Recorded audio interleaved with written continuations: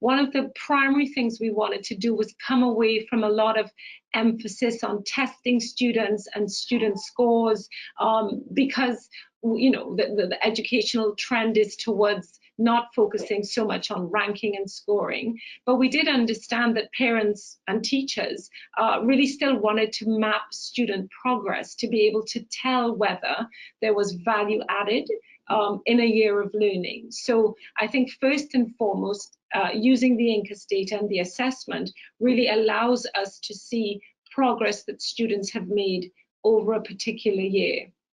Of course, I'm always going to add the caveat that we remember that the assessment is a snapshot on a day. Children may not perform to their best selves on a particular day for whatever reason. So it's always important to triangulate any of the data that we get. But I think first and foremost, it's a great benchmarking for schools, for our students. So I think that's really useful.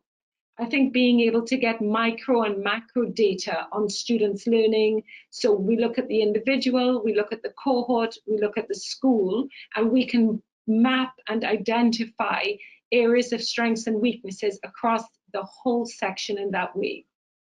For example, at St. Paul's, I was able to, after 4 or 5 years of the data being collected, I was able to demonstrate in a board presentation that our students had been able to improve on an average of about 10 standardized age scores over a period of 4 years, because actually we had identified some weaknesses in their reading comprehension, and we had put some specific interventions in place, and we were able to see the year-on-year progress. So I think that's been a really huge benefit.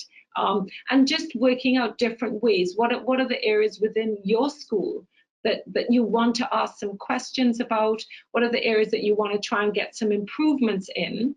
And then looking at the data, there's such a wealth of different types of data that you're presented with that you can just use what you need for the particular areas, perhaps getting heads of departments, subject areas, the learning support coordinator to use some of the data to be able to help students make progress and benefit their learning.